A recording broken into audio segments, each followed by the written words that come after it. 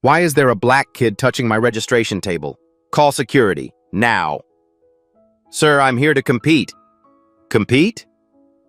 The professor's Rolex glinted as he grabbed the boy's collar. Listen carefully, ghetto rat. Your kind doesn't compete. Your kind cleans the floors after we leave. I scored highest in qualifiers, sir. You? He snatched the boy's tattered notebook, ripped out a page. What filth is this? Caldwell Morrison?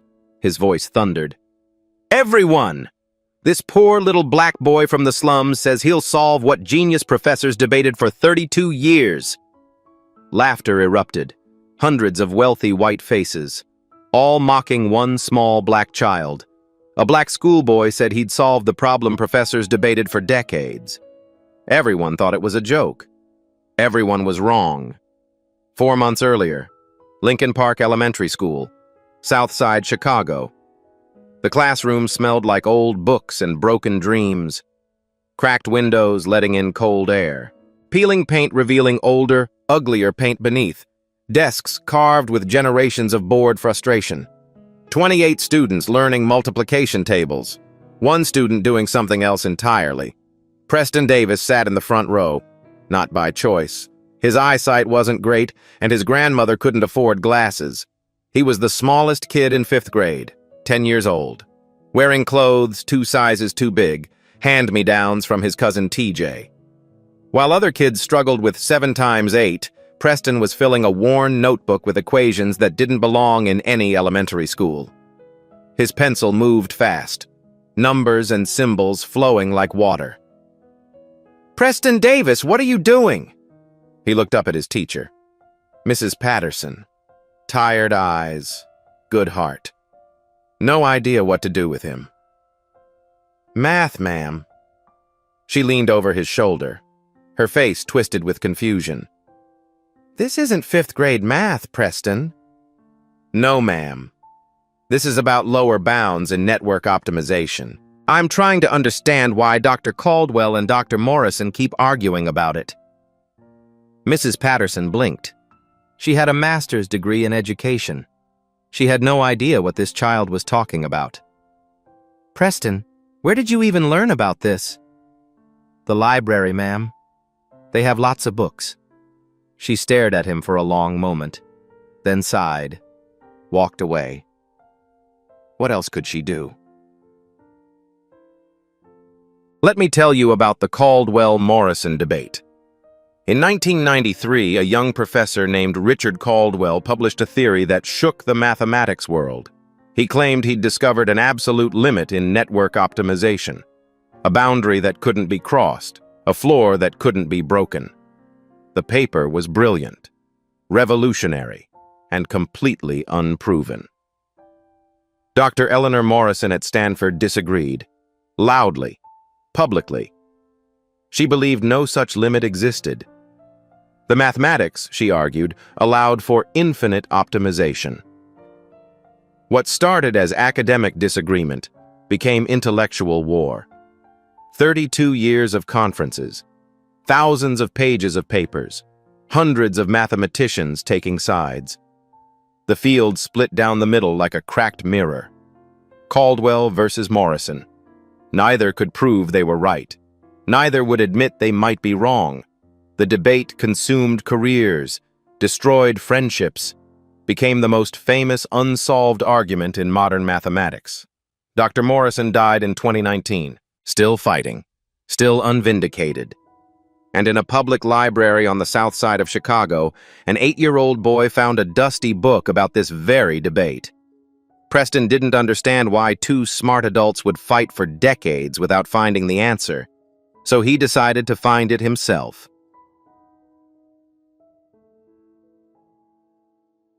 Preston's apartment. Evening. 2 years before the competition. The apartment was small. 2 bedrooms, 1 bathroom, kitchen and living room squeezed together like reluctant roommates. But it was clean. Ruby Davis made sure of that. Ruby was 71 years old, retired postal worker, raising her grandson alone since his mother passed from cancer and his father went to prison for armed robbery. She found Preston on the living room floor. Library books stacked around him like a fortress. College textbooks, graduate-level mathematics, notebooks filled with equations. She brought him dinner, sat down beside him with a groan. Her knees weren't what they used to be. "Baby, you need to eat something." Preston didn't look up. "Grandma, why do grown-ups like fighting more than finding answers?" Ruby smiled, stroked his head. "I don't know, sweetheart. Maybe winning matters more to them than truth." "But that's stupid. Truth doesn't care who wins." "You're right, baby. But not everyone thinks like you do." She didn't understand a single equation in those notebooks.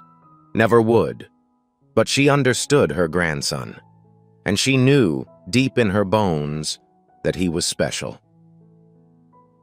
Now let me tell you about Dr. Richard Caldwell, 64 years old, full professor at Northwestern University.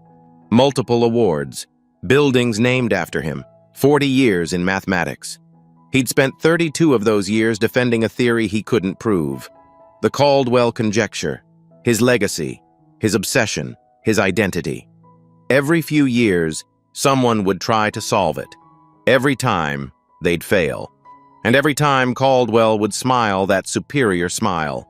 Because as long as no one solved it, no one proved him wrong. But there was something else about Richard Caldwell, something darker.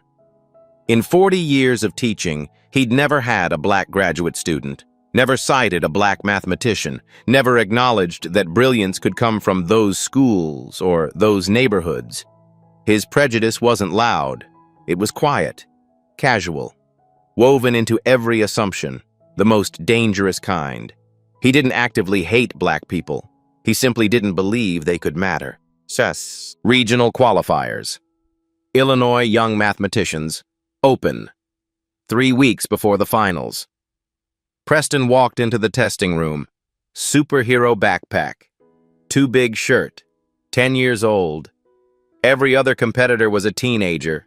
14, 16, 18. They stared at him. Is that kid lost? Someone's little brother, probably. Does he even know where he is? Preston found his seat. The desk was too tall. He had to sit on 2 thick books just to see the test paper.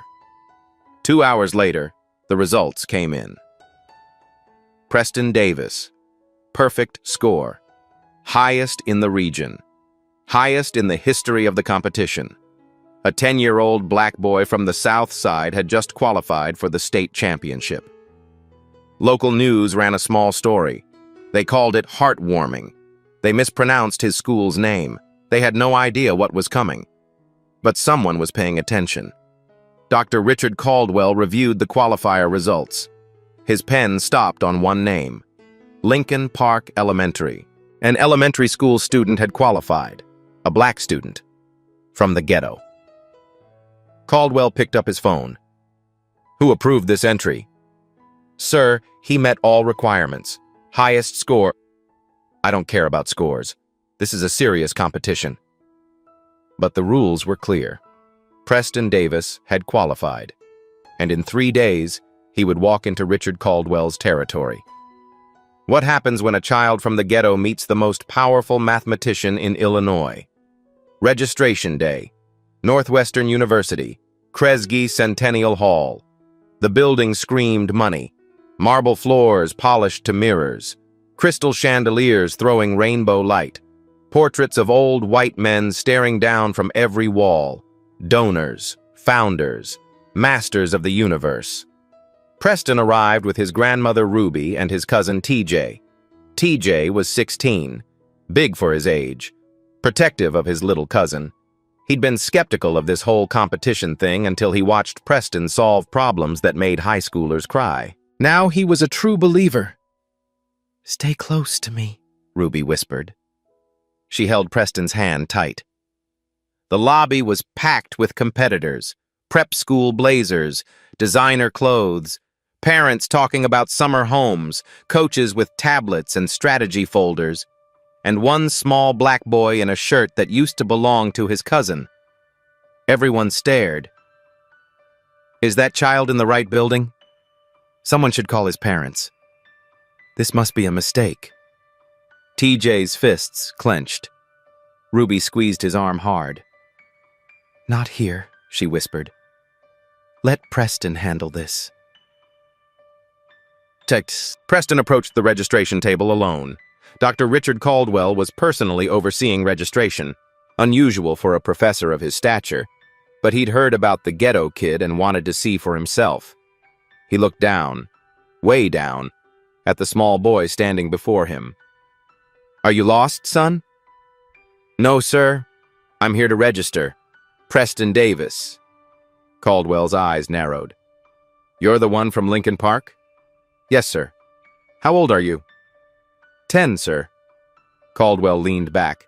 A smile played on his lips, the kind of smile a cat gives a mouse.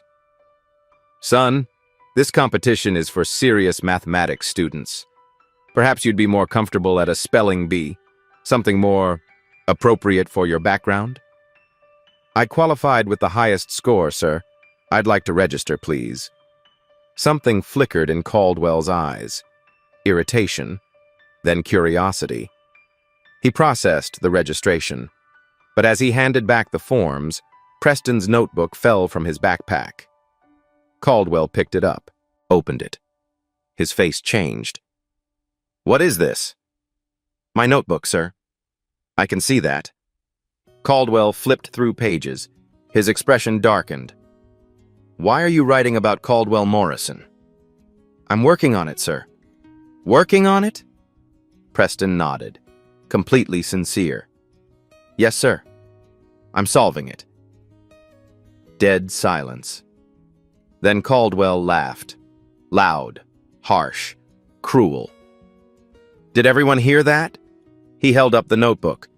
This little black boy from the slums thinks he's going to solve the problem that genius professors have debated for 32 years. Laughter rippled through the hall, then spread, then exploded. Hundreds of people laughing at one small child. Victoria Ashford, 17, covered her mouth and giggled. Derek Mills, 18, Caldwell's star student, shook his head with theatrical pity. Caldwell patted Preston's head, like a dog who'd done a trick. That's adorable, son. Truly adorable. But maybe focus on learning your times tables first. More laughter. Ruby and TJ watched from across the hall. TJ started forward. Ruby grabbed his arm tight enough to bruise. No, she whispered. Tears streaming down her face. Preston stood frozen, surrounded by laughing adults, his notebook in a stranger's hand. But he didn't cry. Another professor called out, Hey, kid! If you're so smart, who's right? Caldwell or Morrison? Everyone waited, ready to laugh again. Preston looked directly at Dr. Caldwell. His voice was small but clear. Dr. Caldwell is right, sir. The lower bound exists. Caldwell blinked. The boy was supporting his theory? And I can prove it. One heartbeat of silence, then the loudest laughter yet. Preston picked up his notebook, walked back to his grandmother. TJ grabbed his shoulders. You okay, little man? Preston looked up. His eyes weren't sad. They were burning. I'm going to show them, TJ. Every single one. Ruby knelt down, cupped his face in her worn hands. I know, baby. Grandma knows. What would you do if the whole world laughed at your dream? Preston Davis was about to answer that question. Competition day, round 1. 150 competitors, ages 12 to 18. The best young mathematicians in Illinois, and one 10-year-old. Preston sat at a special desk near the front. The organizers had brought cushions so he could see over the table. Some competitors snickered. Others took photos with their phones. This is ridiculous, someone muttered. It's like bring your kid to work day. Who let him in? Charity case, obviously. The round began. Multiple choice. Speed test, standard competition fare. Preston picked up his pencil, started working. He finished first. Not first among the younger students, first overall. He put his pencil down while teenagers were still on question 20. The proctor stared at him, checked the clock, checked again. "You're done?" "Yes, ma'am." She collected his paper with visible doubt. Results came 30 minutes later. Preston Davis. Perfect score. Fastest completion time in competition history. A ripple of disbelief went through the crowd. In the judging area, Caldwell watched the scoreboard. His smile faded slightly. "Multiple choice," he muttered to a colleague. "Anyone can guess." But his fingers drummed the table. Nervous. Yeah. Round 2. Proof-based problems. 40 students remained. Each would solve a complex integration problem and present their solution on the board. The room felt different now. Tense. Electric. The 10-year-old wasn't a joke anymore. Victoria Ashford went first. 17 years old. Elite private school. Years of professional tutoring. She approached the board with confidence. Wrote an elegant solution. Every step clean. Every line precise. Applause. Caldwell nodded his approval. "Textbook execution, Miss Ashford. Well done." Victoria smiled, returned to her seat. Then came Preston's turn. He walked to the front of the room. So small. The board loomed over him like a cliff face. A volunteer brought a chair. Preston climbed up, stood on it, a tiny figure with a piece of chalk. Nervous giggles from the audience. The visual was absurd. A child standing on furniture to reach a chalkboard. But Preston didn't notice. He didn't care. He started writing. His approach was different, unfamiliar. Nothing like Victoria's textbook solution. Caldwell straightened in his chair. His eyes narrowed. "Stop." Preston paused, turned around, still standing on the chair, still shorter than Caldwell even with the extra height. "You're doing it wrong, son. That's not the standard method." Preston's voice was calm, steady, a child's voice with an adult's certainty. "I'm not doing it wrong, sir. I'm doing it different." Chuckles from the crowd. A child arguing with a professor? Caldwell smiled thinly. "There's a correct way to solve this problem. You're not following it. Your way works, sir, but it's not complete." Silence crashed down like a hammer. "Excuse me? If you follow the substitution through step 3, you'll see the standard method misses a constraint." Preston pointed at the board. "My method finds it." Caldwell's face reddened. "That's absurd. The standard method is sufficient." "Sufficient isn't the same as complete, sir." Preston turned back to the board, continued writing. The room held its breath. When he finished, still standing on that chair, chalk dust on his small fingers, Dr. Patricia Whitmore leaned forward to examine his work. Whitmore was 52, professor at University of Chicago. She'd been Caldwell's student once. She knew his brilliance and his blind spots. She studied Preston's solution for a long, careful moment. "He's right." The words dropped like bombs. Not just right. This approach reveals a constraint the standard method overlooks entirely. Murmuring swept through the crowd like wind through grass. Preston added one more thing, his voice calm, matter of fact, like he was explaining that the sky was blue. "Actually, this is the same type of hidden constraint that's been missing from the Caldwell-Morrison debate. Both sides missed it. That's why they've been arguing for 32 years. Total silence. A 10-year-old had just connected a competition problem to the most famous unsolved debate in modern mathematics. Caldwell shot to his feet. His face was pale now. That's not relevant to this competition." Whitmore looked at him steadily. "Richard, the child just identified something I've never seen in the standard methodology, in 30 years of teaching." Caldwell's jaw tightened. He stared at Preston. This tiny boy standing on a chair, who had just exposed a flaw that hundreds of mathematicians had missed. For the first time, Something other than contempt flickered in Caldwell's eyes. Fear. "Unconventional approach," he said coldly. "We'll see if unconventional survives round 3. Preston climbed down from the chair, walked back to his seat. His grandmother was crying in the audience. TJ was grinning ear to ear. But the boy's face showed nothing. He was just getting started. Chai. The video went viral that night. Someone had recorded Preston, the tiny figure on the chair, the challenge to Caldwell, the vindication from Whitmore. Title: 10-year-old destroys Professor live. You have to see this. Comments exploded. He's so small, OMG. Standing on a chair and still smarter than everyone in the room. Caldwell's face when the kid corrected him. I'm screaming. Who is this child? Protect him at all costs. The way he said, sufficient, isn't the same as complete, so calmly. The mathematics community started buzzing. A famous professor tweeted, "Is anyone watching Illinois Young Mathematicians?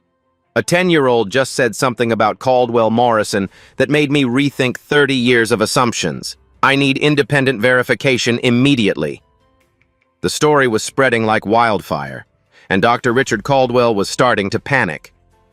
That night, Caldwell's office, alone, door locked, lights dim, screen glowing. He watched the video again, and again, and again. The boy on the chair, the words about the hidden constraint. It's the same type of constraint missing from Caldwell Morrison. Caldwell's hand trembled on the mouse. 32 years. His life's work. His legacy. Could a child from the ghetto actually understand something he'd missed? No. Impossible. Absolutely impossible. But the fear wouldn't go away. He picked up his phone. I need to see the finals problems. All of them. Tonight. He was already forming a plan. If this boy wanted to prove something, Caldwell would give him the chance, and watch him burn. The question was, who was really walking into whose trap? Round 3. Semifinals. 12 competitors remained. 11 teenagers. 1 10-year-old. The visual was striking. Tall, confident high schoolers in matching blazers and pressed shirts. And Preston Davis, still carrying his superhero backpack, still wearing clothes 2 sizes too big. A child among almost adults. The rules changed for this round. Judges could ask follow-up questions. Scoring became subjective. That's rigged, TJ whispered to Ruby in the audience. They can just decide they don't like his answer. Ruby's jaw was tight. Then he'll give answers they can't argue with. Preston faced Derek Mills in direct competition. Derek was everything Preston wasn't. 18 years old, 6 feet 2 inches tall, son of a surgeon and a corporate lawyer, 2 years as Caldwell's personal mentee, last year's state champion. He looked down at Preston, literally down, by nearly 2 feet, and smiled. The smile of a predator. Hey, little guy. Derek squatted to Preston's level, mocking. What games do you play? Fortnite? Minecraft? Roblox? Preston looked up at him. Why do you ask? Just curious. Derek's smile widened. Because after this round, you'll have lots of free time for gaming. I don't play games much. I like reading math books better. Derek laughed, stood up, walked away. The problem was difficult. Graduate-level difficulty. Both solved it correctly. But Derek's presentation was polished, rehearsed, professional. He made eye contact with judges, used pauses effectively, even cracked a joke that made Caldwell laugh. Preston's presentation was sparse, efficient. No performance, no charm, just mathematics, raw and unadorned. Caldwell scored Derek higher. Superior communication skills and presentation clarity. Preston advanced to the finals, but barely. Derek passed him afterward, leaned down close. Hey, Caldwell Morrison kid, you still think you can solve it? Yes. That's cute, really cute. Derek patted his head, the same way Caldwell had. Good luck, little buddy. You're going to need it. Preston said nothing, but his eyes tracked Derek all the way across the room. The live stream numbers exploded. What started as a few hundred math enthusiasts became tens of thousands, then hundreds of thousands. Someone had clipped Preston's round 2 moment and posted it everywhere. Facebook, Twitter, TikTok, Instagram, Reddit. Title, Kid laughed at for saying he'd solve 32-year math debate. Then this happened. Views, 800,000 and climbing fast. Comments scrolled endlessly. I literally cannot stop watching this child. The way he said sufficient isn't the same as complete. I felt that. Caldwell looked like someone slapped him with a fish. Who raised this kid? I need parenting tips. Bro, he's 10. T-E-N. 10 years old. I'm deceased. Plot twist. He actually solves it, and we all lose our minds. The mathematics community was buzzing intensely. Caldwell supporters, if the kid proves Caldwell right, that's a massive win for our side. Morrison supporters, no way. A 10-year-old can't solve what we couldn't in 3 decades. Neutral observers, everyone shut up and watch. This is the most interesting thing to happen in mathematics in years. The pressure multiplied exponentially. This wasn't just a high school competition anymore, it was a global event. And Preston Davis was at the center of it all. Caldwell's office, late night, hours after the semifinals. He sat in darkness, screen glowing white-blue on his face. The video played again, Preston on the chair, the hidden constraint. His own words echoed, "That's absurd. The standard method is sufficient." And the boy's response, "Sufficient isn't the same as complete." Caldwell closed his eyes. His head pounded. 32 years, hundreds of papers, thousands of lectures, his name on buildings, his theory in textbooks, and he'd never been able to prove it himself. Now a 10-year-old from the ghetto was claiming he could. Impossible. It had to be impossible. But what if it wasn't? His phone buzzed. A colleague. Richard, have you seen the numbers? The live stream has 300,000 pre-registrations for the finals. News outlets are calling. I've seen. This is incredible publicity. The kid is famous. You should embrace this. I know what I should do. He hung up, stared at the screen. If no one could solve it, Caldwell remained the authority, the expert, the genius who posed the question too brilliant for mere mortals. But if someone did solve it, everything changed. Unless that person failed publicly, spectacularly, humiliatingly, in front of the entire world.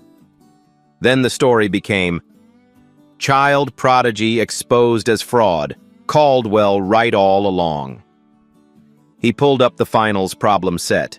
The official problems were standard, difficult but solvable, appropriate for high school finalists. His finger hovered over the edit button. What if he changed it? What if the finals problem was Caldwell Morrison itself? No student could actually solve it. Not really. The scoring would be based on approach and methodology, subjective criteria that Caldwell controlled absolutely.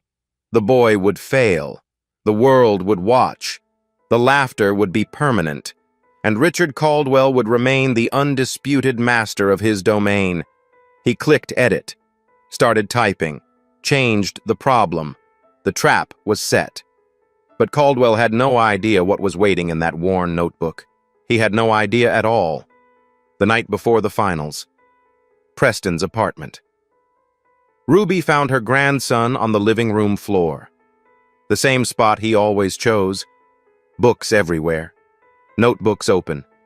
Pencil moving in the dim light. She brought him warm milk and cookies.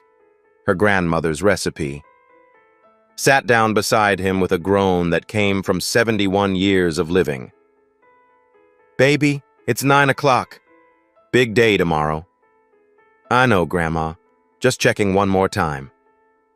Ruby looked at the pages scattered around him. Equations that looked like alien languages to her eyes. Symbols she couldn't begin to understand. But she understood the boy holding the pencil. "Preston, can I ask you something?" "Yes, Grandma?" "Why do you want to prove that man right?" She couldn't hide the edge in her voice. "Dr. Caldwell, he was so cruel to you. He humiliated you in front of everyone." Preston stopped writing, looked up at her. His small face was serious, old somehow. "Because he is right, Grandma. Him being mean to me doesn't make him wrong about math." "But doesn't it make you angry, what he did?" Preston thought about it, really thought, the way he always did. "I am angry, but—" He searched for the right words. "Grandma, if I don't prove it because I'm mad at him, then I'm just like them, letting feelings decide instead of truth." Ruby's eyes filled with tears. This child, this impossible child. "You talk like an old man, baby. Like you've lived 100 years. Preston smiled. And suddenly, he was just a 10-year-old again. "But can I still have chocolate ice cream tomorrow, if I win?" Ruby laughed through her tears, pulled him into a hug. "You can have all the ice cream in the world, baby." Montage, 10 hours to finals. Preston worked, alone, just him and the notebook. Cut to Derek Mills in Caldwell's private office. Professional coaching, strategy sessions, mock problems and rehearsed presentations. Cut to Victoria Ashford with her team of tutors. 3 adults preparing one 17-year-old. Flashcards, practice boards, confidence exercises. Cut back to Preston. Small figure on a worn carpet. No tutors, no coaches, no strategy team.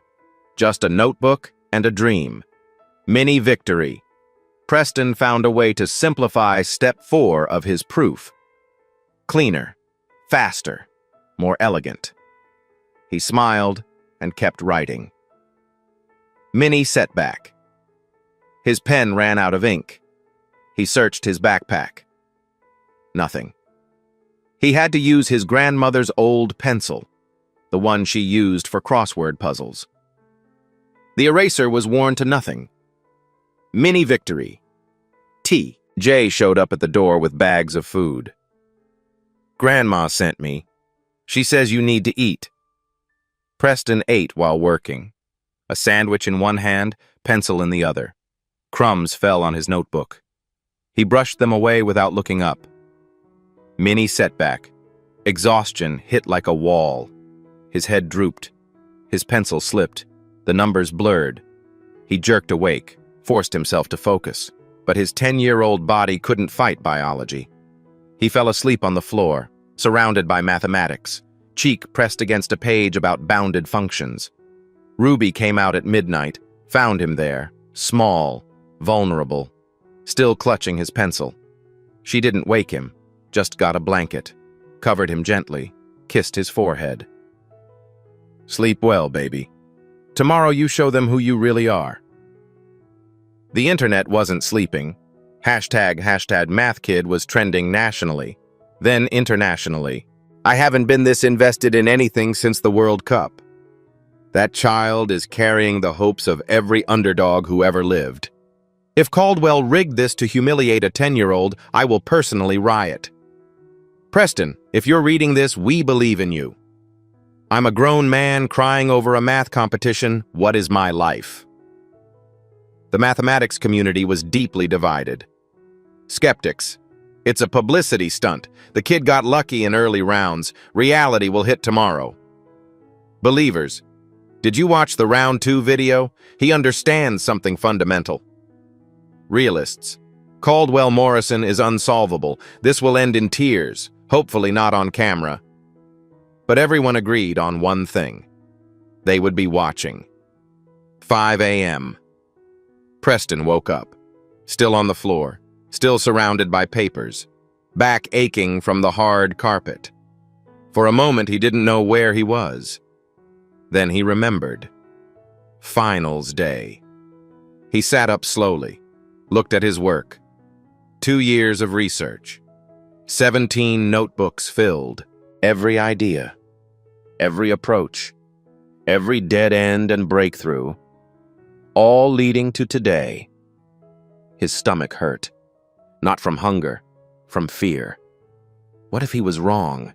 What if he'd missed something? What if they laughed at him again and this time he deserved it? A knock at the door made him jump. Ruby was still asleep. Preston padded over, stood on tiptoes to look through the peephole. Dr. Patricia Whitmore stood in the hallway. He opened the door. Dr. Whitmore? Good morning, Preston. May I come in? They sat in the small kitchen, Preston on a chair that was too big for him, feet dangling. Whitmore across the table with a cup of coffee Ruby had made before going back to bed. I apologize for coming so early, but I needed to speak with you before the competition. About what, ma'am? Whitmore studied him. This small child. This improbable genius. Preston, do you truly believe you can prove the solution? He nodded without hesitation. Yes, ma'am. You understand that if you're right, it will change everything? 32 years of debate? Careers built on this question. All ended by a 10-year-old boy. I understand, ma'am, but... He paused, found his words. I'm not doing it because it's big. I'm doing it because it's true. Truth matters more than how big or small something is, doesn't it? Whitmore stared at him. In 30 years of academia, she'd heard brilliant people say stupid things. She'd heard mediocre people say nothing memorable. She'd never heard a child speak like this.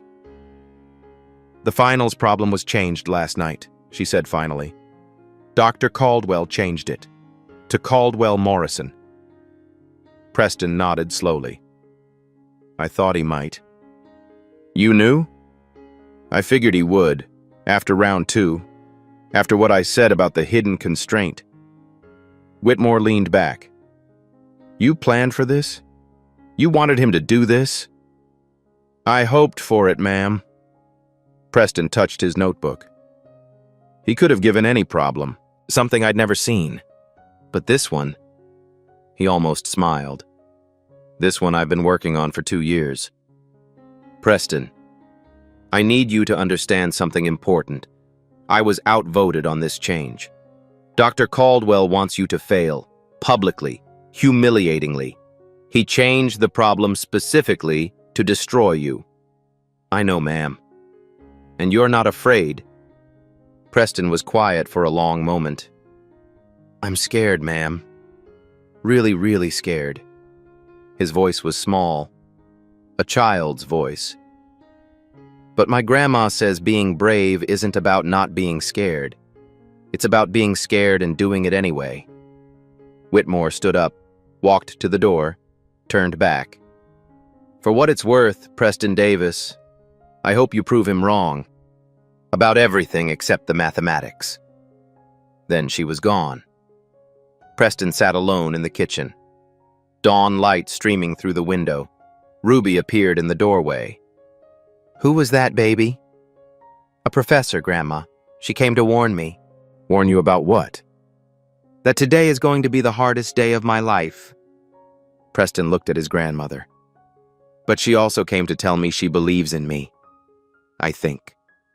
Ruby knelt down, took his hands in hers. Listen to me, baby. Today you're going to walk into a room full of people who don't want you there. People who think you're nothing. People who will do everything they can to make you fail. I know, Grandma. But you know what they don't know? What? They don't know my grandson. Her voice was fierce. They don't know what you've survived. They don't know that you've been preparing for this moment your whole life.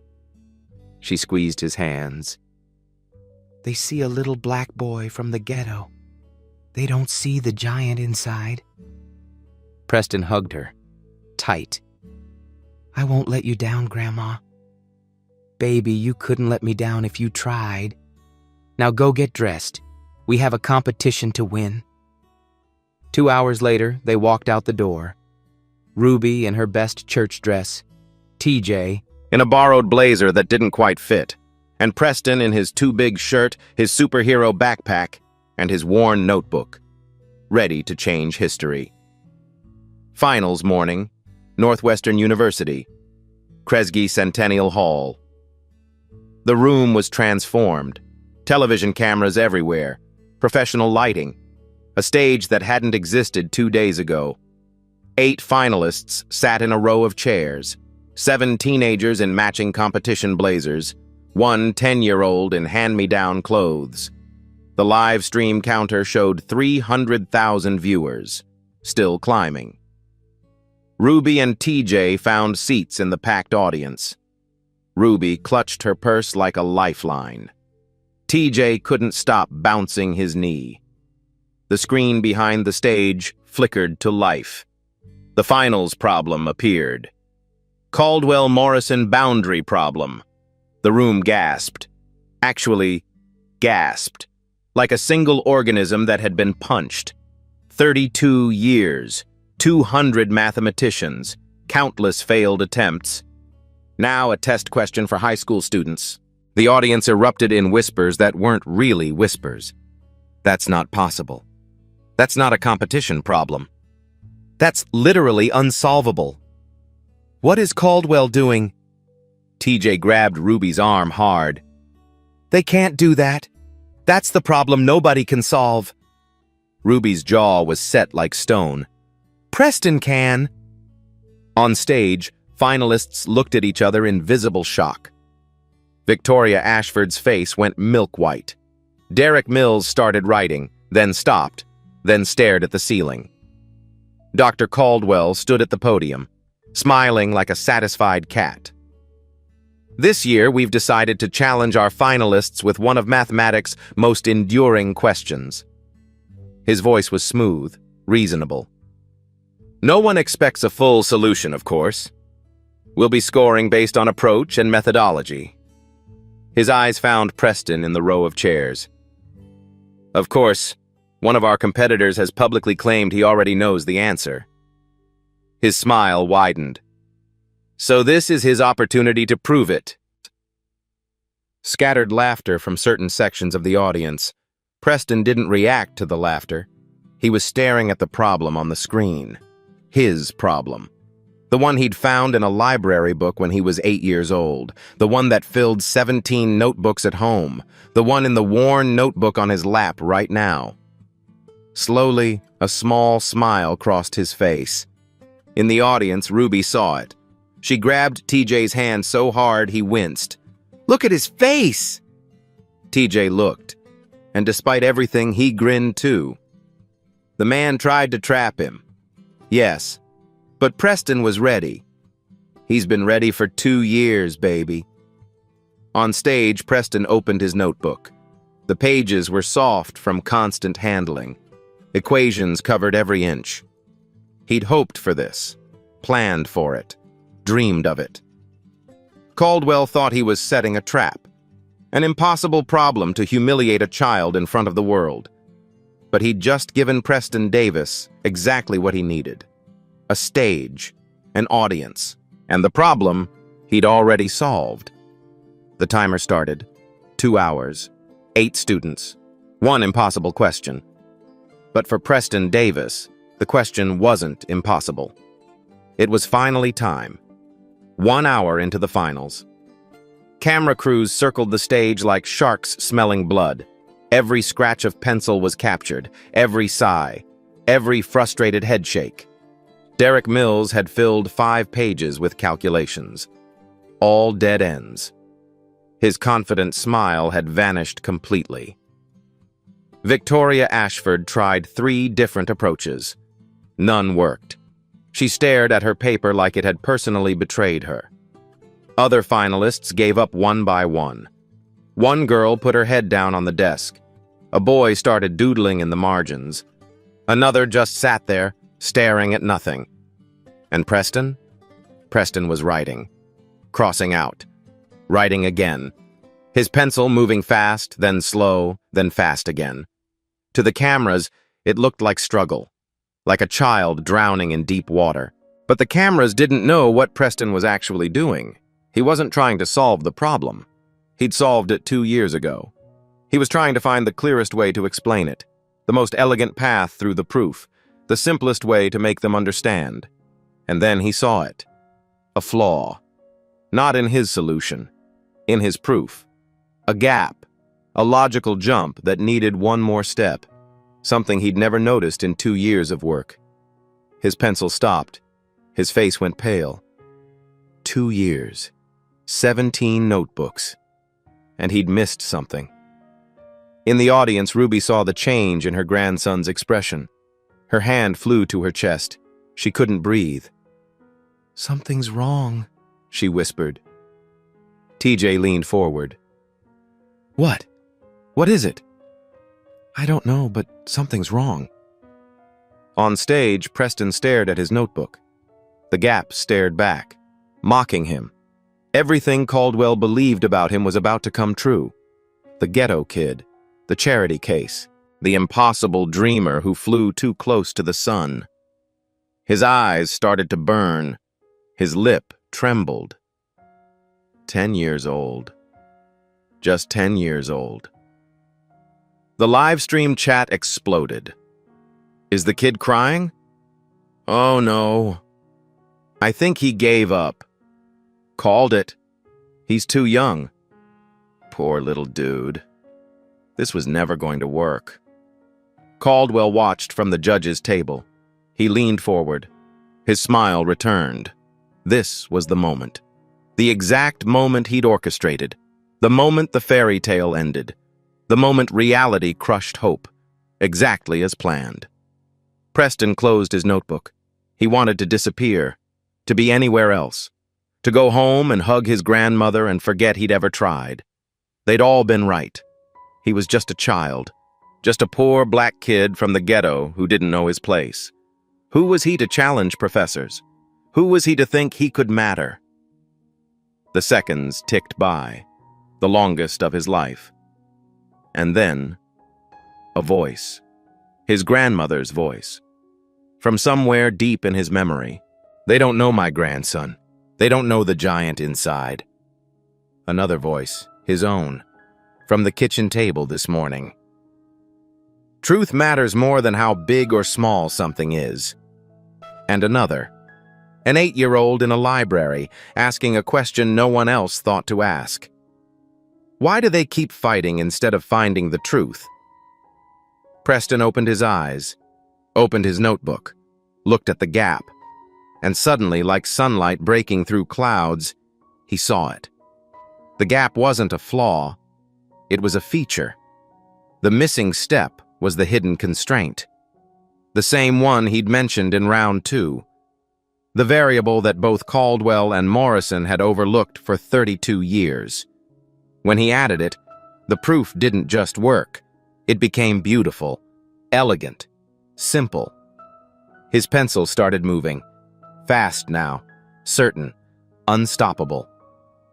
In the audience, Ruby saw the change, the fear melting into focus, the doubt becoming determination. "There," she whispered, tears streaming. "There he is." TJ watched his little cousin writing like his life depended on it. "What happened?" He figured it out. "How do you know?" Ruby smiled through her tears. "Because I know my grandson." On stage, Preston Davis was no longer a frightened child. He was a mathematician, and he had 45 minutes to change the world. The chat didn't know what was happening. Wait, is he writing again? False alarm, maybe? That's a lot of writing for someone who gave up. What is happening? Only one person in that room knew for certain, Preston himself, and he wasn't stopping until everyone else knew too. Time was called. The buzzer echoed through the silent hall, pencils down, 8 students, 8 attempts, 8 different approaches to the impossible. One by one, they walked to the board to present. Derek Mills went first, tall, polished. His voice didn't waver, even though his answer was incomplete. I applied the Hopkins and Maclaurin approach, but was unable to resolve the boundary condition. The problem remains unsolved. Caldwell nodded sagely. Excellent effort, Mr. Mills. The rigor of your methodology is commendable. Victoria Ashford next, composed despite her obvious frustration. My recursive approach showed initial promise, but couldn't overcome the convergence issue. I conclude that additional time would be necessary for a complete solution. Well reasoned. Thank you, Miss Ashford. One by one. All the same story. I couldn't solve it. The problem is too complex. Given more time, perhaps.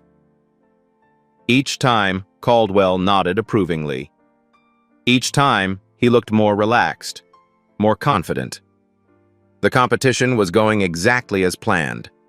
The impossible problem had proven impossible, just as he knew it would. Then came the last presenter. Mr. Davis. Preston stood, walked to the front of the room, so small against the massive board behind him. A volunteer brought the chair. Preston climbed up, stood on it. His head barely reached the middle of the board. 400,000 people watching the live stream now. Caldwell smiled the smile of a man who had already won. Mr. Davis, if you'd like to simply describe your approach, that's perfectly acceptable. No one expects you to actually solve. I'd like to present my solution, sir. The smile flickered, died. Your solution? To Caldwell Morrison? Yes, sir. Preston's voice was clear, strong, certain. And like I said before, you're right. The lower bound exists. Murmurs rippled through the crowd like waves. Caldwell spread his hands magnanimously. Well then, by all means, show us. Preston picked up the chalk, turned to the board, and began. Step 1. He wrote the framework of the debate. Both sides. Caldwell's position, Morrison's position, showing he understood exactly what had been argued for 32 years. The audience watched in absolute silence. Step 2. He identified the exact point where both sides diverged, the specific assumption where they went in different directions. And then, the crucial moment, he identified what both sides had missed, a hidden variable, a constraint that neither Caldwell nor Morrison had ever considered. Gasps from the mathematicians scattered through the audience. Step 3. He introduced the constraint into the equation, showed how it connected to the original problem, how it changed everything, and began building the proof. Caldwell rose from his seat, started walking toward the board. His face was unreadable. His hands were shaking. Step 4. The proof took shape, layer by layer, logic building on logic. Every step clear, every transition valid, every conclusion inevitable. Whitmore was writing frantically, checking his work in real time. Other mathematicians in the audience were doing the same. Phones were out, photos being taken. Step 5. The final line. Preston wrote a single equation at the bottom of the board. Elegant, simple, beautiful. The kind of mathematics that makes grown scholars weep with recognition. He put down the chalk, turned around, still standing on the chair, still barely chest-high to the adults around him. The Caldwell-Morrison debate can be settled. The lower bound exists. Dr. Caldwell was right from the beginning. Dead silence. 400,000 viewers watching. No one breathed. Then Caldwell reached the board, pushed past Preston, started reading every line like his life depended on it. His hand was trembling visibly now. This variable. No one. In 32 years. He searched desperately for a flaw.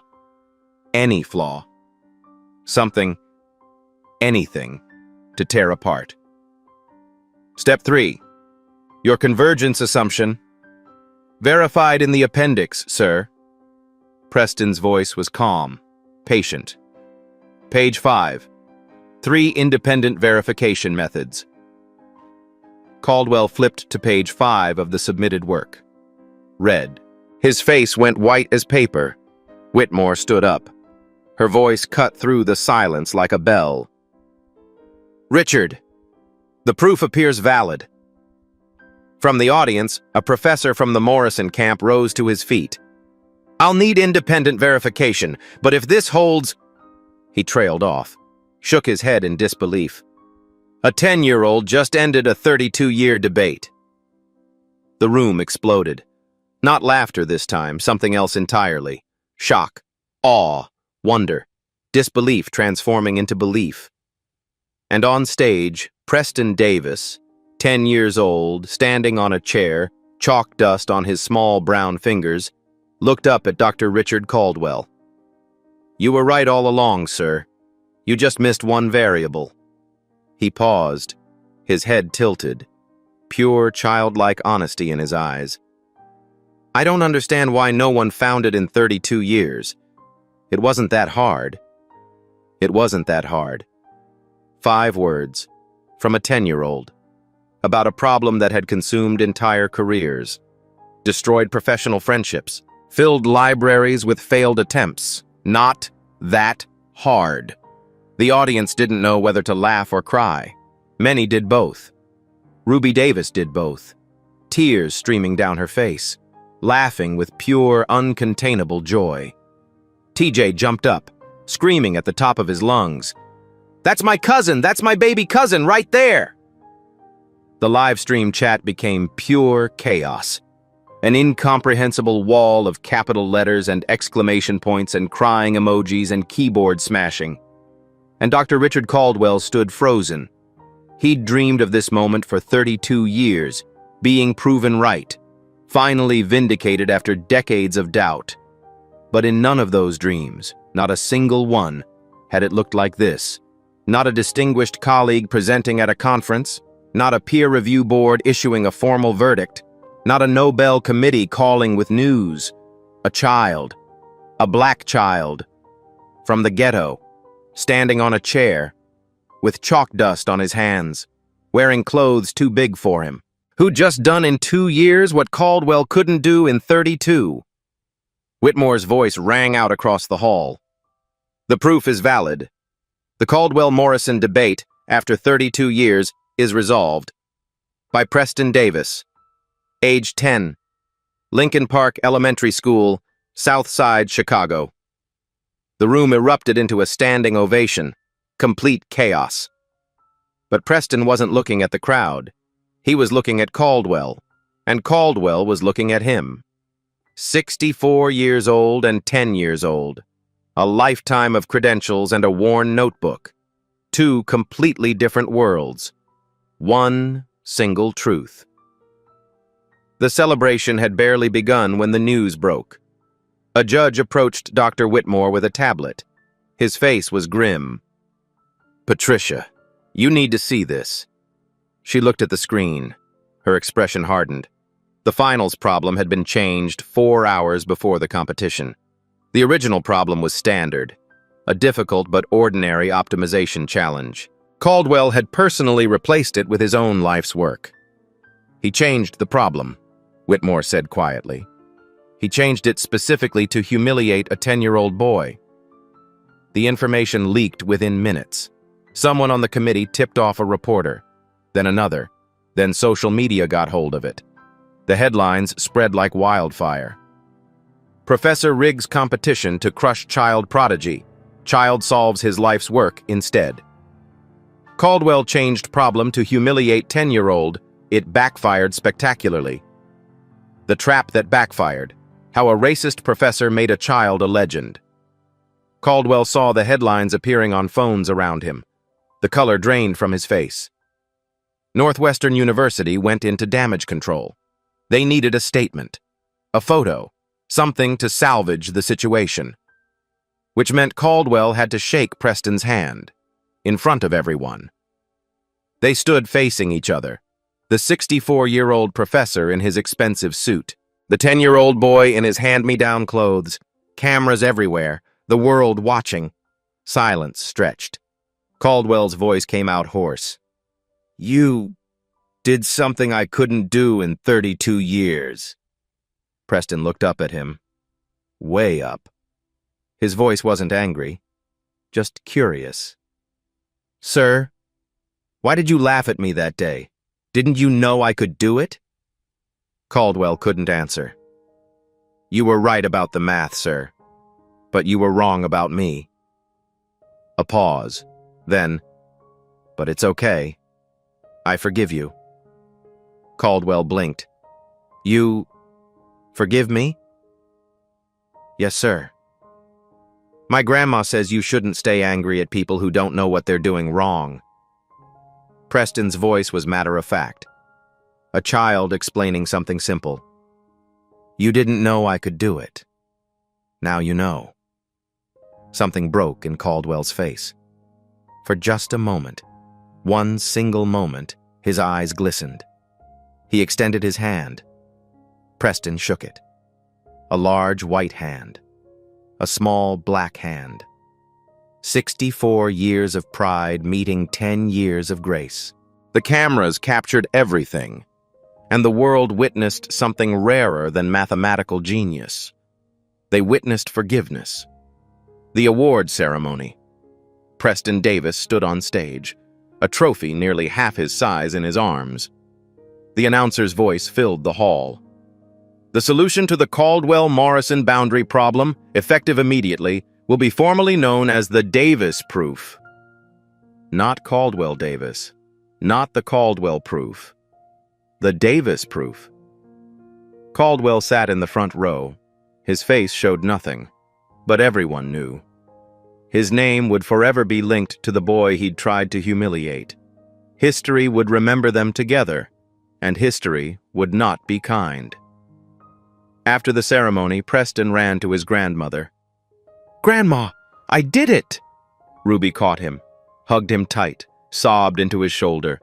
"I know, baby. I watched the whole thing. The whole building watched. The whole neighborhood watched." "Grandma, can I have chocolate ice cream now?" Ruby laughed through her tears. "Baby, you can have all the chocolate ice cream on earth." Evening. Chicago skyline, sunset painting everything gold. Preston walked out of the building with Ruby and TJ, the superhero backpack on his shoulders, the worn notebook in his hands, the trophy somewhere behind them, too heavy for a 10-year-old to carry. TJ threw his arm around Preston. Bro, you just ended a 32-year argument on live TV after the whole world laughed at you. Do you understand what you did?" "I just did math, TJ." "Just did math? 10 years old." Preston laughed, a child's laugh, pure and free. Ruby took his hand. "What are you going to do now, baby?" Preston thought about it. "I don't know, Grandma, but the library has lots of other math books.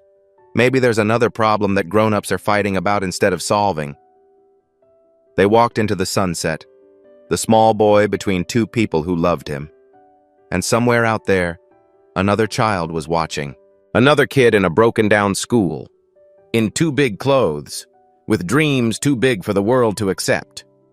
Another kid who'd just seen living proof that it was possible. Preston Davis didn't just solve a math problem that day.